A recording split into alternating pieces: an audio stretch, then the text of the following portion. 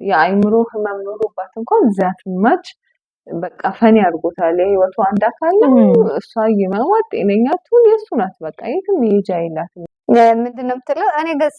እኔ በቃ ሰለቸኝ፣ ደከመኝ፣ ምን ማድረግ ይሻለኛል ነው እያለች ያለችው ባለታሪካችን። ፊልም አለ ኢትዮጵያ ውስጥ የድሮ ፊልም አማላይ እንደዛ ነገር እና እርሱን አማላይ ምናልባት አረጋዊን አሰፋ ከዋሲሁን ካልተሳሳት ከዋሲሁን ጋር ነው እና የሆነ ፓርት መቼ ማድረሰው ቡናው ላይ በጣም ጫው ግጥም አድርጋ ሞላችበት። በጣም ያፈቅረኛል፣ በጣም አፈቅረዋለሁ። ስለምወደው ስለማፈቅረው ስሜቱን ስለምረዳ እሰማዋለሁኝ። እሱም ደግሞ እንደምሰማው ስለሚያውቅ ያወራልኛል።